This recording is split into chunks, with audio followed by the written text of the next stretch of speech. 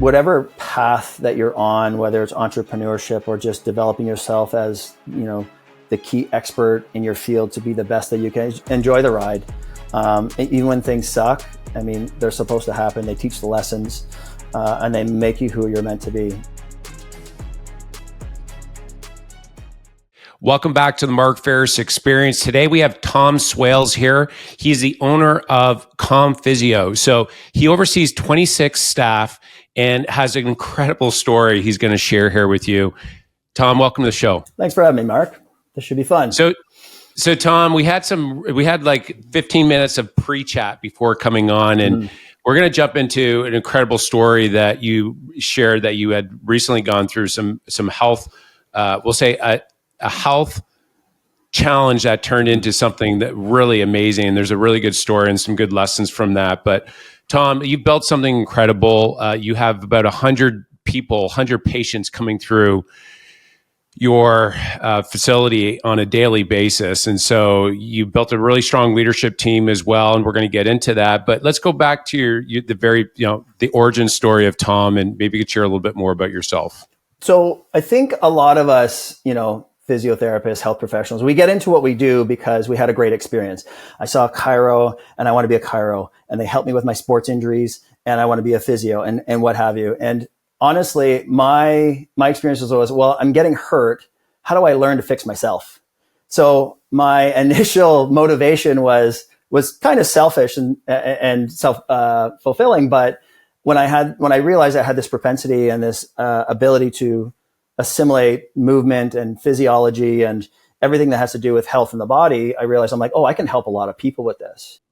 So over the years, playing soccer in university down in the States, did my AT down there, came back home, worked as a personal trainer at Good Life, got my physio master's degree, worked with the Canadian ski team, now work with, my wife and I, we opened Concept of Movement 13 years ago. I realized that there was a gap, working for others, some amazing clinicians and some mentors, and they were amazing manual therapists, and they helped open my eyes to how the body heals and integrates. And I was very much a movement guy, being an athlete.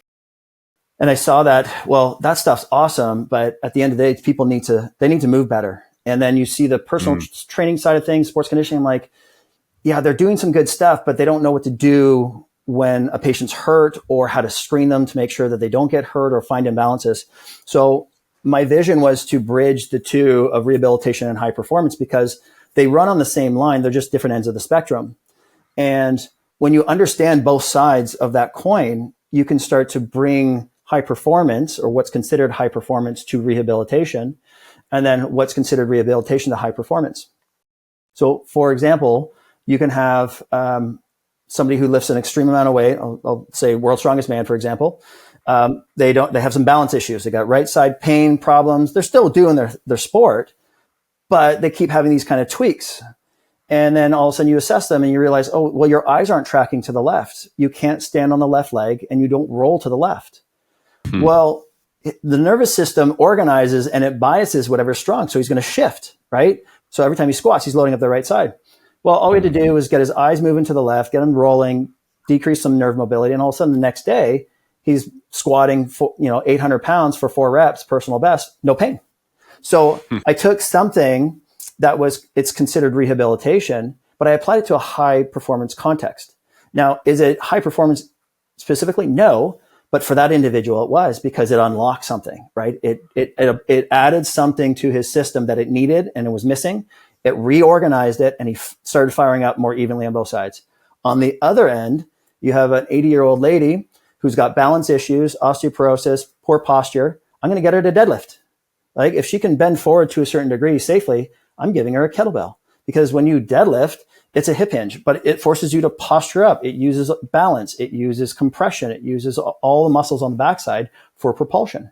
So now we use what's considered a high performance exercise for rehabilitation. So it's really on the context. And once we understand that it's a spectrum and it depends on the context of the individual, if you can use both sides and all those tools together in a very organized, systematic way, you can help more people.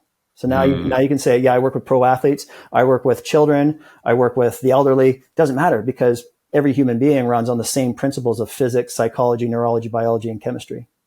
Oh, it's so smart how you've tied it all together, and it's a proactive approach. So it's like an ounce. What is that? They say an ounce of prevention is worth more than a pound of cure. Yeah. And in your case, that's what you're doing. There's like prevention, but then you're taking it, not only prevention, but you're taking it to the next level of like they're optimizing what they've never been able to do. You're able to take it to the next level. Yeah. It's interesting you say about deadlift.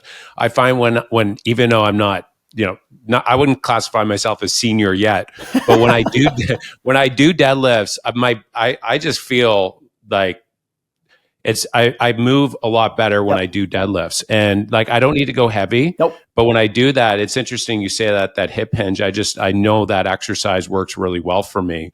But it's good to know as you age, that is probably going to be more and more important that I keep doing that. Yeah.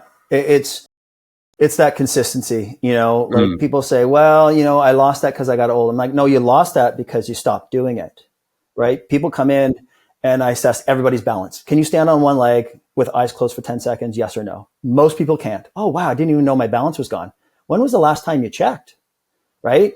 And if you can't single leg balance in a static position for 10 seconds, how do you think walking and running is going for you? Probably not very well, because now you're adding multiple times body weight through the body. And you wonder why your feet are blowing up and your knees are sore and your back's sore. It's like you can't stand on one leg. You're missing a prerequisite of control before you can do something dynamic. And, we have children. We watch them crawl and roll and stand and walk. If their nervous system and structure wasn't ready for walking, what happens? They fall back down, right? Because they're these loose bag of bones, and their nervous system has to organize the structure in a coordinated way to mitigate the effects of gravity, because walking and running is falling. But we can cheat because we're older now and we've developed some software to mitigate gravity, but it doesn't mean we've earned the right to run again. It doesn't mean we've earned the right to move or lift. We have to have some of these fundamentals. Like if you bend forward and you can't get your hands past your knees because of tightness on the backside, should you deadlift? Probably not. We should probably regain some of that mobility first to make it safe so you don't lose position, right? If you do a deadlift and it's done poorly repeatedly, and now we're folding the spine in half and we're putting pressure on the discs, it won't last long and it won't feel good. So therefore, for that individual, deadlift is a terrible thing until they've restored patterns and positions and mobility. But for you who's proficient, it's a very good thing because you can do it effectively and your nervous system is saying, I feel better doing this. You're probably doing it the right way. Yeah, that's good insight. So how many years ago did you start? And tell me that origin. Okay, you started the business, and then how did you originally get clients? And take us through kind of that decision to start your own business. So it was always that desire to, again, blend, because I love the rehab side of things. I love all the tools, the needling, the manipulation, the soft tissue. Like that stuff's all great. Those are great tools to eliminate pain, kind of change the inputs of the nervous system to allow it to kind of settle. And then it offers an opportunity to move better. But then, again, if you're not applying certain movements or exercises on top of those manual resets, well, guess what? Person gets off your table 48 hours later, that comes back. Well, that's not good enough. We didn't change anything because the default system reverted back to its old habits and its old patterns. So now you need the needling, now you need the manipulation, now you need the massage again. And it's like this gap in our rehab. To me, we weren't doing a good enough job. So I'm like, I know how to blend this together. I know the way I'm doing things is working for a majority of people. Yeah. It's always trial and error. It's always evolving. It's not the way, but it is a way that I find helps a tremendous amount of people and helps clinicians figure it out. Well, 100 patients a day would say it is working. Right. So well, yeah. You're getting that many patients coming. That's massive. Yeah. So it was always the desire. I'm like, we can do better to serve those who come to us for help and pain, because I was also getting frustrated with the industry where people would go other places. They're like, yeah, I've got this low back pain for 2 years. Nothing's working. Nothing's helped. You're my last hope. And then, again, looking at taking a step back from the pain to actually find the problem, taking a step back from the tree to see the forest. All of a sudden I'm like, oh, you can't stand on the right leg. And every time you squat, you shift. So when you stand on the left leg, everything's working like it's supposed to. So you're probably loading up that left side too much. And then we have some nerve tension on that side as well. That's coming from your old whiplash injury, right? So getting to know the person in front of me by taking an extensive history and old injuries, those often contribute to new problems. And then if you don't look at the system first, the body, which is a system that's integrated, and don't pick apart, hey, that's not moving the same as that side. We should probably look at that and find out why. That could be contributing to the new pain and problem, why it's not getting better. Because oftentimes people focus too much on the pain, but 99%, and I'm being bold about this because the longer I've been doing this, where the pain is rarely the problem. The problem is often someplace else. Yeah. So we weren't doing a good enough job as an industry. And I felt, though, if I can bridge this all together to get movement coaches and physios and chiros and athletic therapists to kind of speak the same language, to work from the similar framework that is built on fundamental principles that don't change over time, then we can all speak the same language. We can help more people and put out a better product across and a higher standard of practice. Yeah, that's really smart. So you saw there was a need there. There was we'll say a strong desire to want to change things in the industry. And then you're like, okay, I'm going to go on my own. I'm going to launch this. How was that getting your first client coming in, and how did you get the ball rolling at the beginning? Because that's like the big question that a lot of entrepreneurs have is, okay, I'm going to go on my own. I might be a really great operator, right? But now I got to go on my own. I got to go find clients. Yeah. And so how'd you do that? What was the beginning? The finding the client, we were very fortunate. I worked for 3 years in Barrie for one of my mentors. And because I also worked at Good Life Fitness, I would get approached all the time in the middle of my workout. Hey, I've hurt my shoulder. I'm like, it could be this, could be this. So as I was working at the one clinic, I actually opened an office in my basement and had a little gym down there. So I had 2 completely separate caseloads. And I did that for like a year and a half. I would do 6-7 hours at one place. I would go home, work for another 6 or 7 hours for a year and a half. Smart. So good. So, we were young. And Kylie was working with Royal LePage at the time, and then we built a business plan from just the clients that I had in the basement, because I knew those ones are going to follow me, right? Obviously, they're going to follow me from my basement to the new location. So we went to the bank, got loans, showed them our projections based on that, got the money, built it out, and from day one we were in the black because 90% of the clients that I was working with, they found me from the other clinic. So we were fortunate, and already I had a 6-8 week waiting list. And I was just and it was me. I was the only physio in 4,000 square feet. Kylie was at the front desk, monitoring phones, booking the appointments. And we had one movement coach. That was it. And it was I am the only physio here. I'm like, we built this massive thing, which was twice the amount of space than we anticipated, but the landlords were really great and they worked with us. And it became one of those, if you build it, they will come. And then 8 months later, a veteran physio loves what we do. Our reputation preceded us. She's like, I want to work here. Awesome. Thank you. And then another year later, another senior clinician heard about us. They were moving. And it was one of those, we built this reputation in the community that everyone just talked about. And Barrie's such a small city. You can talk to 3 people. By the time you get the third person, they know the first person you talk to. It's a city, but it's so funny how, connected. So if you do something really well, people will talk, but if you do something super crappy, people will also talk about that too. So we built it solely on reputation, solely on just putting out a good product. Now, that's not to say that is the best strategy. It worked for us because what we struggled with later is, one, people wanted to see me all the time because, and then I'm like, well, I have an 8 week waiting list to see one of my partners. Right. And then that, once they figured, oh, this person's good. Okay, great. I'm okay seeing them. Right. So then that's how we built that out. But then hiring new people is where we ran into problems, because our expectation of the clinic was, well, people come to Concept of Movement because this is the last place that they're trying because they heard great things. And then you have a new grad coming in, kind of shadowing, and then you expect them to know and do what you do. And then they would quit after 6 months because they can't keep a caseload because they're not getting results. Their confidence shot. And then you'd have say a senior clinician and we're like, okay, no more new grads. And then you have a senior clinician, they come in, 20 years experience. We're like, okay, they're going to be great. All kinds of bad habits. Yeah. They quit after 6 months or we have to fire them because of they're just not doing the expectation that we're doing. So we ran into that problem. We're like, how do we systematize and operationalize results? So that's where I came up with the advanced movement therapist certification. I'm like, okay, how do we package what I do? How do we package kind of this flow of looking at a problem, looking at a person, finding those root causes, training that out, applying the right inputs. And that's what so we created this, the certification based on an industry problem that I saw, but it also fixed an internal problem for creating consistency across clinicians and improving effectiveness across all products. So we literally operationalize results through systems.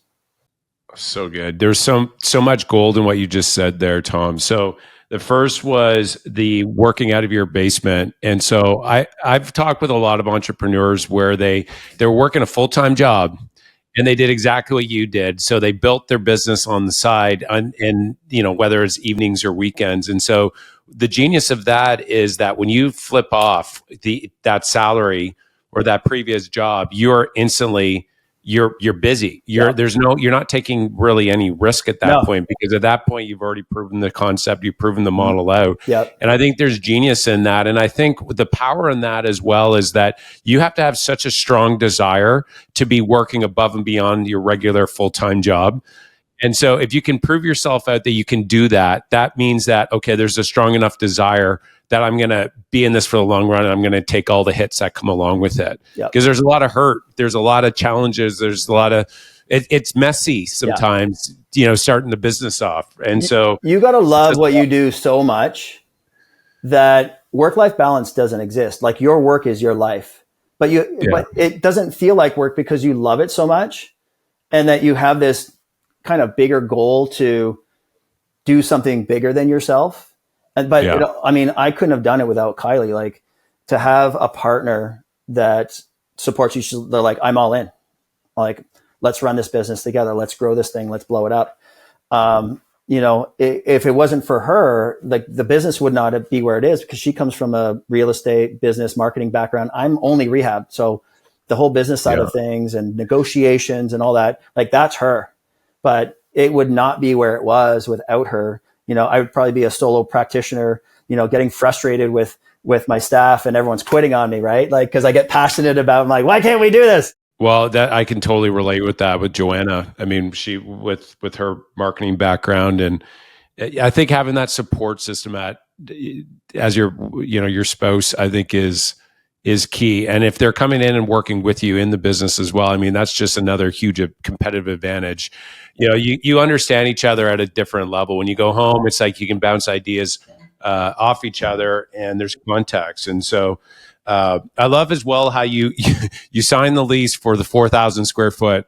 That's massive. That's a really big space all at once. So that says a lot about your confidence and your ability to be able to deliver results and get there. So that says a lot as well. So Tom, I want to transition over to the designations and the systemizing part of the business. So it was just genius what you did with the certification. And so it was a two problem, solution. Solution to the training side of it. And then you also have the designation, which positions you as the authority. So take us through this idea of where this came from and, the actually rolling out and what it actually took to actually, now you're just about to go to market as well with that, right? So take us through that, because I think when people think of designations in business or any industry across the board, it's like, oh, somebody else created that, or some like official group created that. And in many cases, it was just an individual that declared their authority. And they said, hey, listen, I'm the authority in this, and I'm going to create a course. And then it gets momentum, and then it's the new standard. So can you take us through that? Yeah. So like most of these things, it's to solve a problem. And the first problem that I had thinking about, when I was a new graduate, you come out with all this knowledge, but it's not very organized. They tell you what to look for, how to diagnose, but they don't tell you how to get there, how to assess effectively, look past the pain to find the problem. So that frustrated me. So what do? Is to gain confidence, we're like, well, let's go do a bunch of courses. So right out of school, I started into my manual therapy diploma and start doing that because that's what we're told. Go get your hands really good so that you can have a better understanding how the body works, learn manipulation. Great tool. Awesome. Fast forward, worked a couple of years with the ski team, learned acupuncture, then learned PRT, then learned, finished my advanced manual diploma, did kettlebell certification, did gymnastics, I was trying to learn as many things as possible. And of course, the more you learn, the more you realize you don't know. And anytime I did a course, I'm like, okay, everybody's getting this flavor of the month. Like everyone's getting dry needling this month because that's what everybody needs, right? That was the new thing. Yeah. And then some people respond well to it and then others don't. You're like, well, what the hell? Like, I guess I better go take another course. So then over 100 courses and certifications that I've done, I realize I'm like, I don't know which tool to use on the right person.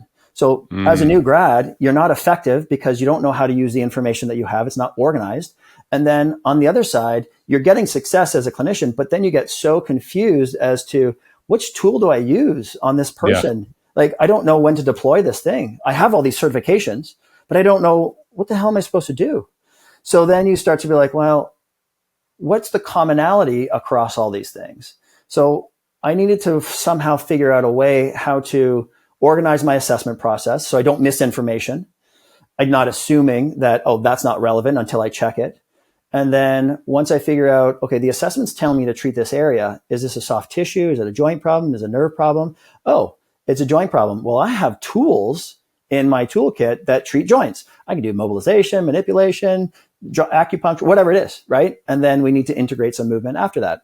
So once I started doing that, my assessments got way more thorough. I found things that you wouldn't normally look for a knee. It could be a foot issue. I find knee issues with people's neck because they have an old whiplash that's causing a kink in the hose all the way down to their hip and all of a sudden their knee pain. So it really allows you to take a step back. Don't assume, don't get focused in on the pain area and get trapped in chasing pain. And then deploy the tools that the system is telling you to do. When you get to that point, when you get to that fork in the road, you realize, oh, this is a soft tissue problem. This is a joint. Like you have better confidence to know which tools to deploy and then what exercises to complement that afterwards. So it really brought it down to a lot of the basics and the fundamentals. And then, the fancy things that we learn, that's like the last 10, 20% of what we need to do. But a lot of times it's kind of those fundamentals. And then working from that personally, again, like trying to teach other clinicians how to do this, trying to package what I do and how I look at things. We needed to get everybody up to speed really quickly. And I can confidently say we hire new grads all the time. We honestly would rather new grads almost because they don't have any bad habits. But I would put one of my new grads who've been in our clinic for 6 months, I would put them against a 5-year clinician any day to find the problem, be effective. That's how confident and what I've seen because they can look past the injury area and they can actually find the problems. And then they get so good with the movement side of things and the exercise. That's a big part of it. If you can teach somebody how to move effectively and feel how their body's supposed to feel, well, that's a big part of the game. So they get confidence on the movement side, assessment and movement. And then as they develop as a clinician, then their hands start to come along. Then their needling starts to come, like the fine tuning stuff comes later. But we're so focused on all these fancy techniques. I'm like, it takes years to get good with your hands. I'm like, or you can get something good really quickly within 6 months and get super effective and get results really fast. Yeah, there's a lot of power in that. And I think that the finding people that don't have the 5 or 10 years that are just coming in and then you can train them, like you had mentioned earlier, they don't have any bad habits. They're open to learning. 80% of our realtors on our team were not in the business prior to coming on our team. So we had this robust training program as well. And that's another thing is if you have a robust training and you've systemized the approach of whatever business you're in, and you have very strong onboarding program, you open up your potential, we'll say, whatever they are, if they're salespeople that are coming on or physicians, you can go and find people that are coming in with the right attitude, train them, And now you're building an army of just rock stars versus somebody that's coming in after 10 years and there's like a little bit of ego. No, I'm not saying everyone, but it is more prevalent there. And so I love what you're doing. That to me, that makes a lot of sense. And I'm fine. Like, you have a veteran clinician coming in and we're like, well, here's a system that we use consistently. It helps with communication. It keeps consistency across. If you have a way, and I always want new perspectives, because the great thing about the AMT is you can build more knowledge on top of it. Like it's a framework, right? And you can build into it, because it organizes everything. It's not the way. I want different perspectives, because if you have different perspectives, you can solve more problems. Perfect. But if what you're doing isn't working, try it our way, right? Some people are just like, well, I have a way. Yeah, but the numbers show, and the patient's not coming back, are showing that it's not working. So tell me where it's working. Yeah. And I'm like, and I guarantee you they're not getting better in 2 or 3 appointments, because I'm not even that good. I'm like, they fell off. They didn't like the service. They didn't see a change. And, they just didn't come back. It was not a successful discharge. Like, they didn't get better. They went someplace else. So, yeah. No, it's such a great example. So if you're out there listening and you're in any business across the board, you can create your own designation. And you can utilize that as well for your own business to be able to have that as a training program as well. So you kill 2 birds with 1 stone. Now, Tom, I want to transition a little bit to leadership. And so you've scaled up, you have, large team that you're overseeing, but you built a leadership team. And so one of my favorite books is Jim Collins' Good to Great. Yeah, and he talks about building this leadership book. So can you tell us a little bit about the power and how you created, how you found these rock stars, and how it's been helpful for you so that not everything is on your shoulders? It's, we have conversations with them, and especially when we're doing the hiring, we want to know, like, what are your expectations? Where do you see yourself in that 5 to 10 years? So, like, those typical questions. And if they say, I see myself in a leadership role, I want to own my own clinic, I'm like, okay, cool. Like, let's see how well we do, just with the system that we've created, with inside of our culture, how you communicate, how you work with others. And then let's come back in a year and see if you're still interested in that. And then we're like, okay, well, let's put you in charge of a department.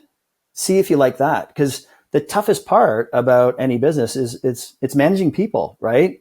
Like, it's finding the right people for your bus and then trying to keep everybody happy. And so we're like, okay, well, let's try management and see how you like that for a year. Cool. Yeah. We're part of the leadership team. You're overseeing quality control and mentorship and tracking number and all this stuff. And then if they still are interested, we're like, okay, cool. You like this part. Let's move you into another level of maybe you need to be a clinic director. Now, instead of in charge of a department, maybe you're in charge of, like, overseeing everybody and how everything works, and see how much you like that.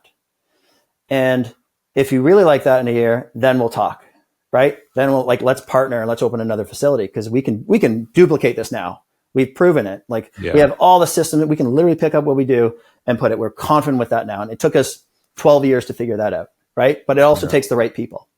Yeah. So we give opportunities in our organization to step up into leadership positions to see if you actually like it. Because a lot of people, they get into entrepreneurship, they're like, I'm going to open my own clinic. I'm like, good luck. If you believe in work-life balance, don't be an entrepreneur. Like, if you want free time, don't do that. If you don't, if you want to just do what you want to do, don't work someplace where you love the culture and the people and like everything about it, and then just do something inside. But a lot of people don't realize that the entrepreneur, and I didn't, but I'm fortunate. I have Kylie. Like, we figure everything out. We've learned a lot of expensive, hard lessons, but we keep moving forward and we learn from them.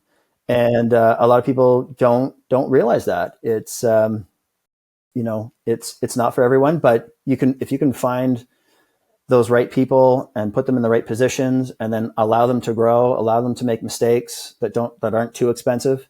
Then you're like, okay, like, we can do something together for sure. Yeah, no, that's powerful. One of the things as we were building our leadership team out that was very, we'll say, evident, I was like, what is it about this next level? Because we have our frontline managers and then we have, like, our senior leaders. I'm like, what's the difference from a like a characteristic? Like, why is it that these ones are getting so much more results? And what, there was a couple of things that came down. One was like candor, the ability to have tough Yeah. conversations. I found like accountability and people that could hold other people accountable Yeah. and could call them out on their BS. Yeah. That was very rare. I found somebody that could actually hold people to the grindstone. And then the other flip side of it, where they weren't just like a militant, generals like, Yep. do this.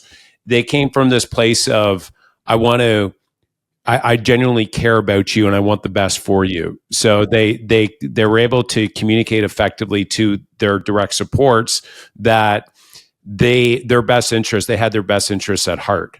And so the combination of the two was something I'm like, oh, okay, that was like a big aha moment Yeah. for me when I was starting to level people up. And what a blessing having people like that in your organization. They're rare, but when you find them, it's a beautiful thing. Yeah. And you want to look after them, right? Because then you get excited. Kylie and I are excited about building people in our organization to get to the next level. Like that's what we're most excited. We're like, yeah, we've built up something that we've created and we're excited about that. But now we're more excited about what can we do with other people to what can we do to level them up to get to where they want to be? Like that's exciting for us. And that makes it fun. But also, I'm going to add in like knowing that you don't have all the answers and being okay with that. I mean, that comes with wisdom, that comes with experience, and then finding and trusting the people who have those skill sets that you're not very good at and bring them on to do those things so that everybody can focus on their strengths and not try and improve their weaknesses necessarily, because then you're just mediocre at everything. Right. Yeah. Like I know what I'm good at. Kylie knows what I'm good at. And she's like, you're not good at that. Stop doing it. Go do that. I'm like, okay. Yeah. Yeah. Isn't it a beautiful thing how our wives can call us out and be so direct? Joanna's the same. She'll blatantly tell me without any sort of like sugarcoating. Nope. Mark, that was horrible. Or Mark, that was great. But I know when she's telling me it's great, it was great. And it was horrible. I'm like, okay, it was horrible.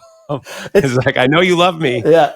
And what I found through the years is she's actually made me a better business person, because she's, that bluntness, I think, over the years has helped, we'll say, curate my abilities.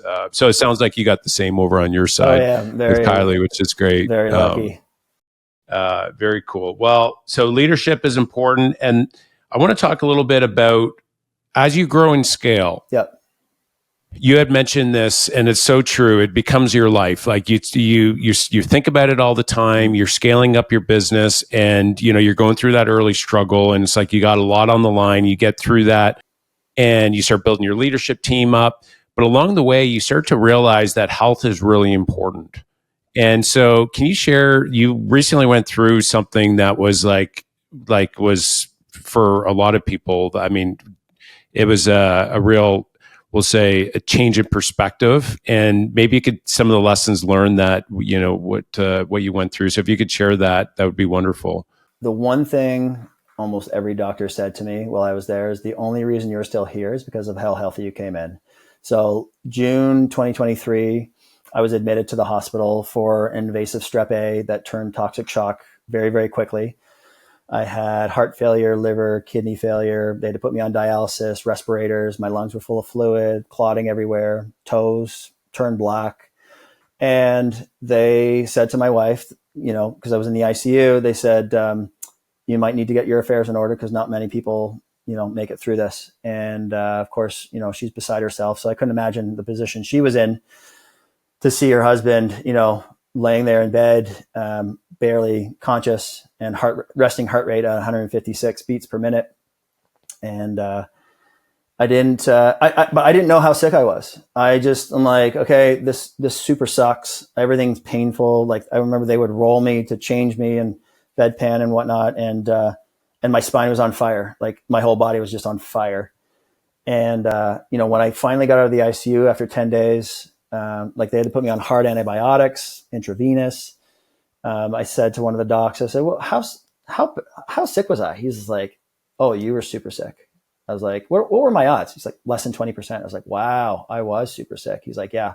He's like, 4 other people came into the hospital that same summer with toxic shock, strep A. They didn't make it. I was one of 4. And they said, the only reason you're still here is because of how healthy you came in. So I built up that resiliency, in my health. I paid that insurance policy that is health, showed up every day, did the workouts, ate the right things, did the mindset stuff, did the meditation, cold, like everything, but I did it because I loved it. It wasn't because of, well, and in case shit happens kind of scenario. Yeah. It did, but it saved my life. And, taking that mindset of, working hard and just showing up and putting in the work every single day in my health, I believe translated over into the business because I found that thing that I loved doing, which was, the physiotherapy, high performance strength and conditioning stuff. I learned as much as I could to put out as much as I could, and it paid off in the end. And the amount of hard work that I put into my health, my body, to create that resiliency, to live longer for my kids, to be here and active, paid off. And I'm still here for that. Yeah. It's an incredible story. Incredible story. Because we take it for granted, and they say if you are healthy, you have we'll say many goals, but if you're not healthy, you only have one goal. Yep. Right. And so, what advice would you have for the listeners? So there's entrepreneurs out there, they're working like crazy. They're on mission and they love what they're doing, but what advice, or maybe it's just somebody they're maybe working for it. Regardless, of the listeners that are listening out there, what advice would you have for anybody, for that matter, out there that are, you never know. So what health advice would you give them? Create discipline around what's important. And for me, my health was always important. So if that meant getting up at 4:35 in the morning to get my workout in, I do that, because once the kids are awake, once, life starts happening, you don't know if you're going to have time for that. And all of a sudden, oh man, I didn't get to my workout today. And then it's running in the back. For me, it's that frog I have to eat. If I eat that one frog, the rest of my day is easy. Good. Throw whatever at me. Like, my time is your time. But if I don't get that thing, that primary pillar for me, which is my workout, then it's always running in the back of when am I going to get to my workout? When am I going to get to my workout? But then that everything else suffers because that focus is not there. So prioritize what's important to you. And for many of us, we often prioritize others, which is noble. But if we're doing it, sacrificing our own health, if you get sick, how good are you to those people that you're trying to help? You're now a burden. So I always looked at my health of like, it's not selfish. It's making sure that I'm showing up in the best way I know how for the people that I love, so that I can help and serve them. Yeah. That's really powerful. It's like, when you get on an airplane, they tell you with your mask, if we're going down, the oxygen mask, make sure you put it on yourself first, because you don't want to be passing out before you can get it on the other people. You've got to look after yourself so you can be healthy enough to be able to put it on the next person. That's so true. So when you say workout, so there's so much advice out there in health. It's like, some people are saying weightlifting, and there's like, make sure you go for a run every day. So other people are like, just stretch. And then there's walking, and there's so much. If you were to say, like, simplify an approach, what would you say for, the entrepreneurs out there listening? Do something. I used to be very much in the camp of, where I was against all these other systems, but I'm like, you know what? If you're showing up every day to do it and you love it, and you're not getting hurt and you feel good doing it, who am I to say that you should stop doing it? I'm like, who cares? If running isn't causing harm and you're sleeping well and your mood's well and your energy's well and your libido's good, then keep running. Obviously your body can manage it. But I always tell people, when something stops working, don't force square pegs in round holes and expect it to be different, because your body's saying, oh, you know what? This isn't working for me right now. Something's changed. We need to find out what. And if you keep trying to force that system or that form of exercise on top of the body and it's causing pain and harm, well, you're only going to cause more pain and harm. So do the things that you love. Like, it's like cardio. Oh, what type of cardio? I hate doing cardio. I'm like, the one you'll keep doing. Like, what do you like? Do you like bike? Do you like running? It doesn't matter. The heart can't tell the difference. Swim. I don't care. I mean, for me, cardio is playing a sport, going mountain biking. I don't want to go for a run. That doesn't, but I like swinging kettlebells and crawling around and running, like doing sprints and agility work. Like there's cardio in that. So it really depends on, the individual, what you're going to stick to, but also keep it well balanced. One day, go for a nice long walk. Another day, do some calisthenics, do some kettlebell swings, like do resistance training. Another day, see how fast you can move, right? Because speed starts to go down as we age. Add a lot of variety. Unless you're a specific athlete who needs to do a specific thing, then you have the freedom to do as much variety as you want, because you don't need to be specifically good at anything. But you are a human being that moves in the three-dimensional world. So if you get into certain situations where your heart needs to pick up a little bit, or you need to pick up something heavy, it would be nice to be able to do that, on a dime, so you don't hurt yourself. Yeah, for sure. I know as we age as well, it's like, so I love the idea of like simplifying it, just as long as you're doing something as well. And so one of the big things that I know Joanna's been talking a lot about is like muscle retainment as we age as well. And that idea of being able to retain muscle. And so getting in at least some sort of like strength exercising as well was something. Twice a week. Would you agree with? Yeah, at least twice a week. At least twice a week. So again, if we're looking at a longevity and overall performance, the one thing that we lose strength, we lose muscle mass as we age. The only way to get that back is to do resistance training. That's it. Yeah. If you want to cover all your bases, if you want to kind of go after that low hanging fruit, out of all of the things, the research is showing do resistance training, because it helps with metabolic health. You build muscle, which is a storage for glucose and insulin, managing your insulin, which then reduces overall inflammation because you're more metabolically healthy. By deadlifting and carrying stuff, your balance improves, your posture improves, right? You compress the bones, right? Through that resistance training that reduces and reverses osteoporosis. You have an ability to, if you can squat, well, if you trip and stumble, you now have the leg strength to decelerate yourself from, blowing out your knee or breaking a hip. So, when we look at all the modalities, it's like, what is the one modality that will prevent a lot of these scary things that happen later in life? And it's resistance training, right? Running won't do it. Running's good for the heart. It does build bone density in the legs, but it does nothing for the upper body. And if we run too much, cortisol stays too high, growth hormones go down, and then we burn more muscle. So now we get into that problem. Do sprints, hill sprints. Like, it doesn't have to be long, but moving as fast as we can to keep the fast twitch muscles alive is critical, because you never know when you need to accelerate to get to something, to get to a child, to, run away from something, whatever it is, right? To be able to move into that 90% maximum heart rate and then come back down. I mean, when do heart attacks occur?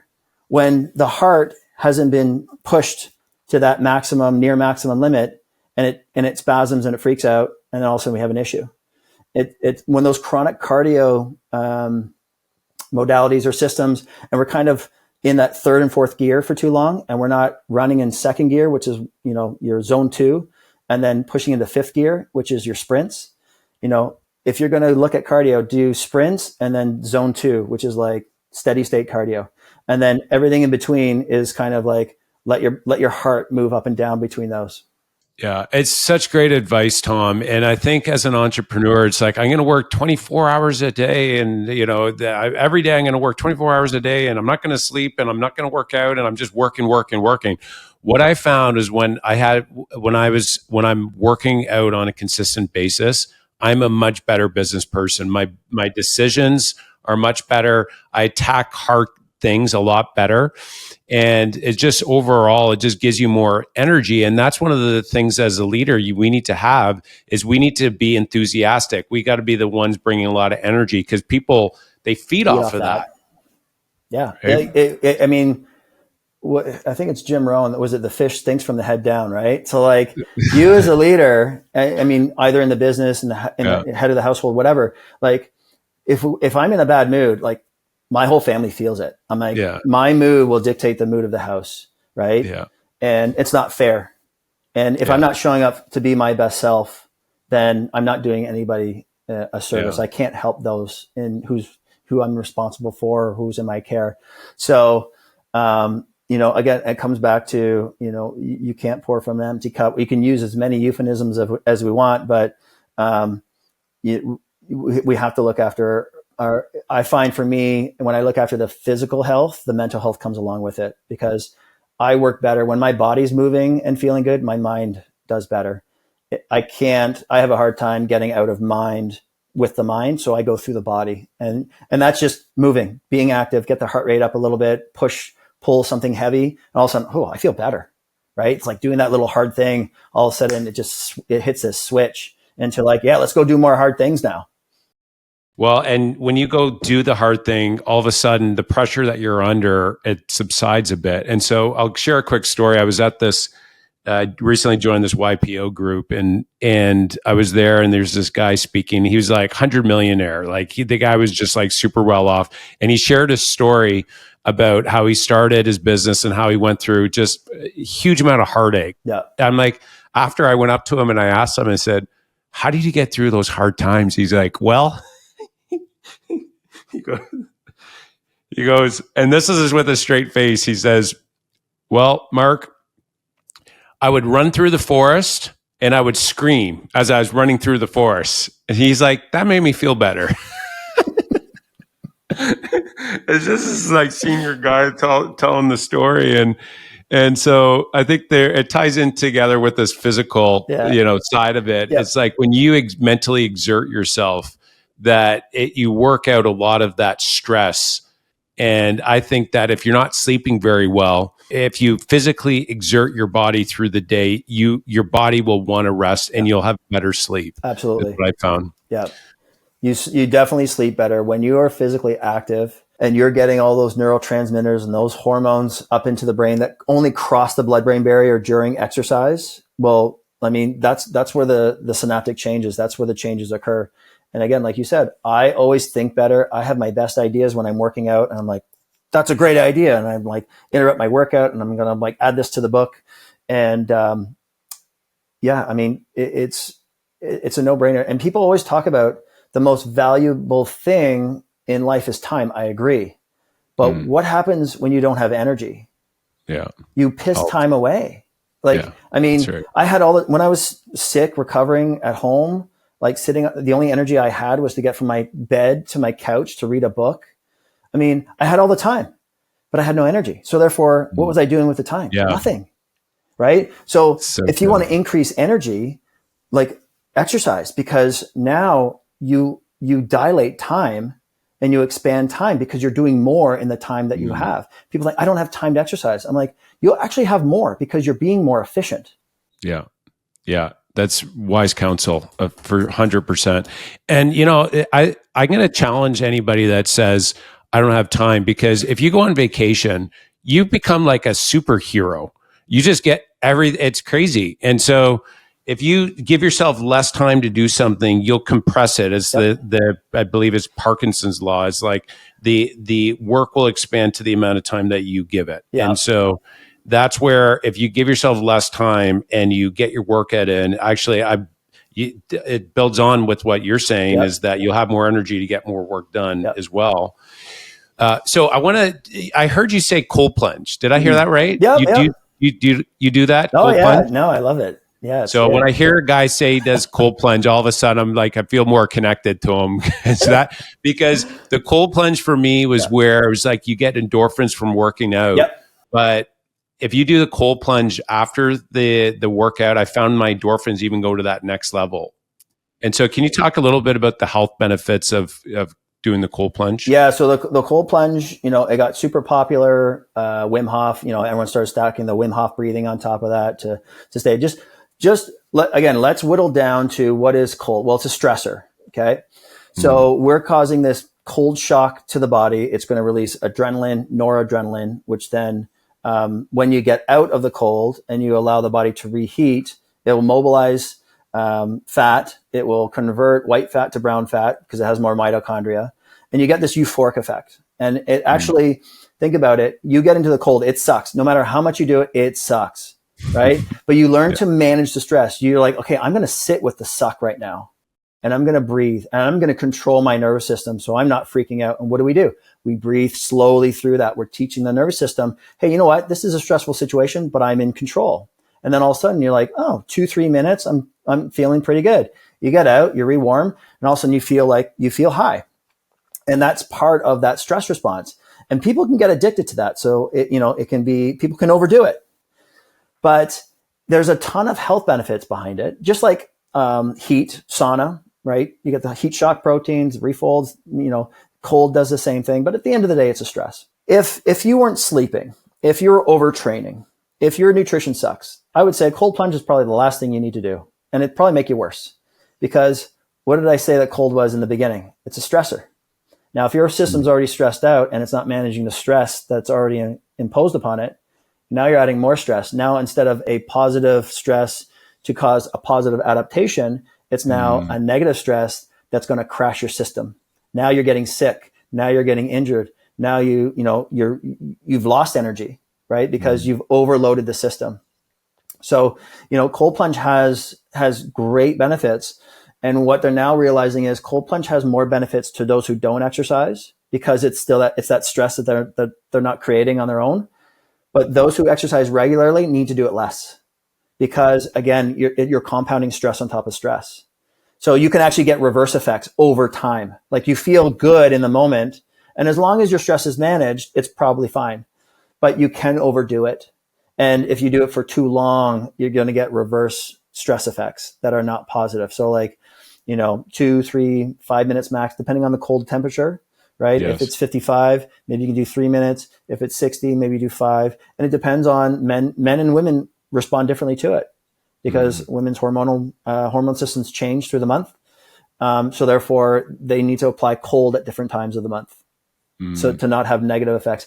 And on top of, if you're doing it, if your goal for exercise is to build lean muscle mass and improve strength, don't do it within 2 to 6 hours after your workout, because that signal that you created, that inflammation that you created in the tissues and the cells, that's a signal for adaptation.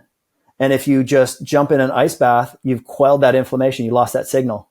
So you impair muscle growth and hypertrophy when you do cold plunge after. If you do it before workout, totally fine, because you're spiking the system and then you go do workout.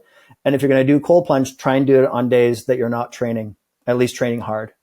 Training hard. That's a really great insight, Tom. Yeah, that's I'm learning how to do my cold plunge through you even better. So there you go. So I'm even going to have more fun with it. So very cool. All right, well, let's transition a little bit the conversation. So entrepreneurs that are out there, they're starting to do well.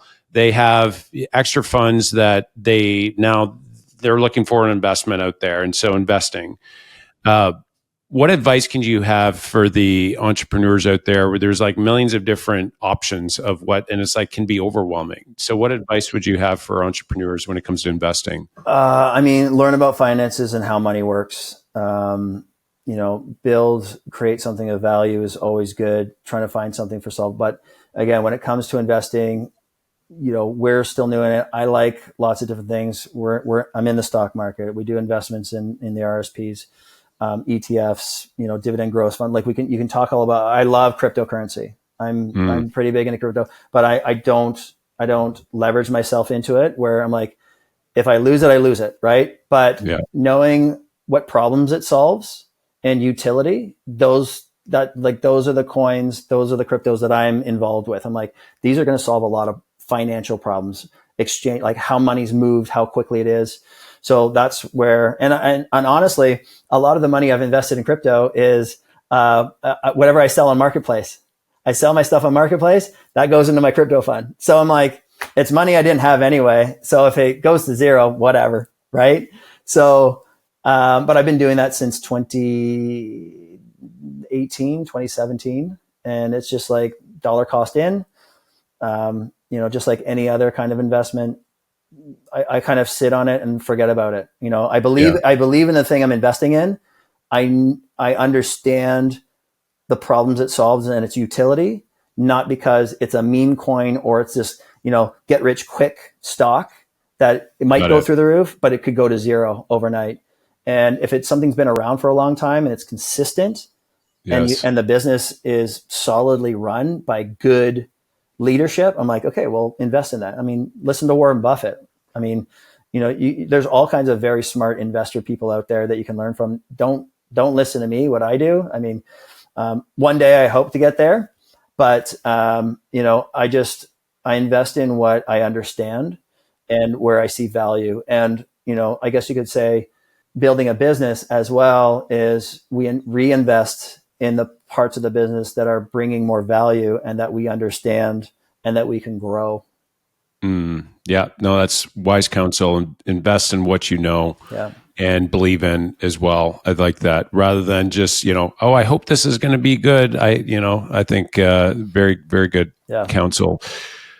All right, Tom, we got 3 questions here. We're going to wrap up with rapid fire. We could keep on chatting, but I want to make sure we stick on time here. Yep. So you ready for 3 quick rapid fire questions? All right. So first question is which book has had the biggest impact in your career? 7 Habits of Highly Effective People. I'm actually rereading this. Oh, good. I think I read this 10 years ago, and it's interesting. You reread a book that you've already read, and it hits totally different because you have different experiences, you have different perspectives. And for me, because it's built on principles, I'm like, I built the AMT on principles. We build everything on principles and foundation and things that don't change. So, creating those habits in yourself, creating discipline, creating priority, it just expands to all other aspects of life. So you find those primary things that you can build from, and it just makes more sense rather than, pull from, all over the place and all this random stuff. If you can just distill it down to what you believe in, your values, your principles, life gets easier. Yeah, it's great insight. Yeah, I had a mentor tell me once, instead of reading 50 books, read 5, but read them, study them.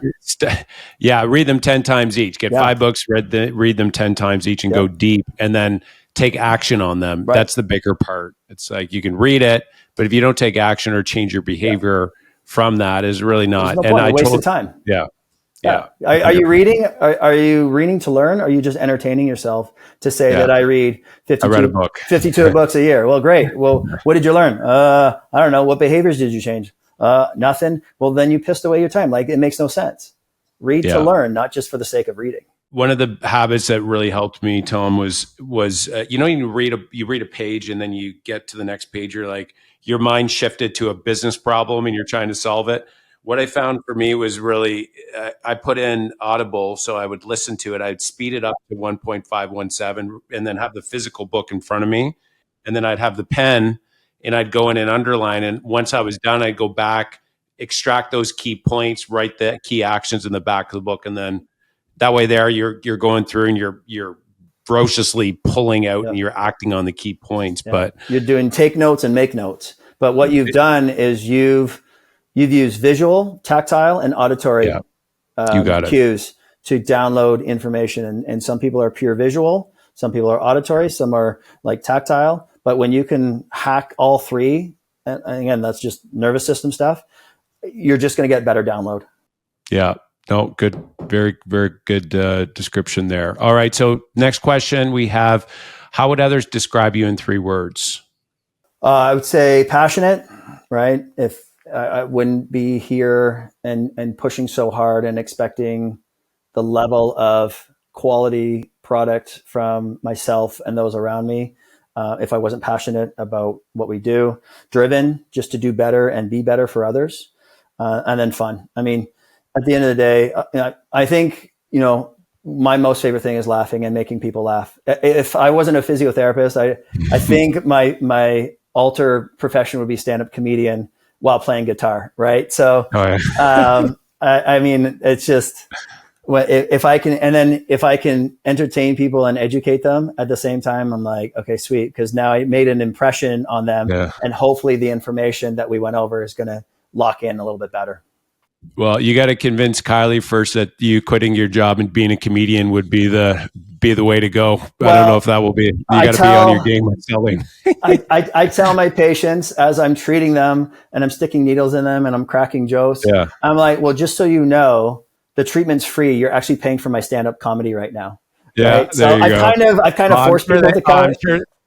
I'm sure they love that, like a guy like you that would be, just super, professional, but then when you can make it light on them, it provides a better experience. I'm sure they love that. So, all right, cool. Final question is, what advice would you have for entrepreneurs, final advice for them that, or maybe thinking about getting into business, or maybe they're in business and they want to take it to the next level? Yeah. So if you're in the business, I mean, whatever path that you're on, whether it's entrepreneurship or just developing yourself as, the key expert in your field to be the best that you can, enjoy the ride. Even when things suck, I mean, they're supposed to happen. They teach the lessons, and they make you who you're meant to be. So even me getting sick, I'm like, well, Kylie and I are both like, there's going to be some lessons here. I haven't figured those out yet, but they will come up.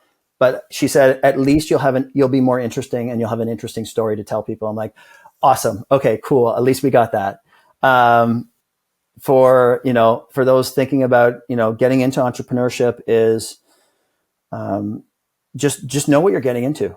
Again, like I don't know. I would have stuck around for how hard it can be and how lonely it can be without Kylie there next to my side to keep things moving in the right direction. But, work for companies, learn what you like, learn what works, learn what you feel doesn't work, create your own. And then, either continue to build inside of a company, or, when you branch out to do your own thing, just know that what everything's involved, because a lot of people do not realize all of the stuff that is entailed with entrepreneurship and business ownership until it's too late. And the last thing you want to do is start something, get invested in something, and then realize you hate it. Yeah, that's wise counsel. Tom, this was phenomenal. How can the listeners reach out? So they want to come and see you, they want to check you guys out. What's the best way they can connect? So our website is conceptofmovement.com. So you can book online there for assessments, see any one of our practitioners. We've got chiro, we've got osteo, we have physio, we have movement coaches. We're going to have some new AI technology soon. We got all kinds of toys. So anybody who's in pain, who wants to learn about their body, who wants to learn how to get themselves out of pain and stay there, come and see us. We'll teach you how to do it. And then for education, I have a YouTube channel, Tommy Swales. My Instagram handle is swales.tom. And then for the clinicians, coaches who want to level up, who want to have a better understanding of what they do, why they do it, and how to do it better, the AMT certified.ca is where they can get access to the certification today. Amazing. Tom, this was phenomenal, such wisdom, and your story is it's inspirational there for the entrepreneurs listening. So really appreciate you coming on the show. Thanks for having me, Mark. Right on, guys. Well, if you like the show, please subscribe to the channel and share with any other entrepreneurs you think will benefit from this. And if you are thinking about investing in real estate and you can't find any good deals out there, and you'd like to perhaps invest into apartments, go to fulloutinvesting.com. You'll see a 10-step full-out investing process. You'll actually see a sample deal as well. And you can go to fulloutinvesting.com. And just remember, guys, the fastest way to build wealth is to grow your business and invest in real estate. I love you guys.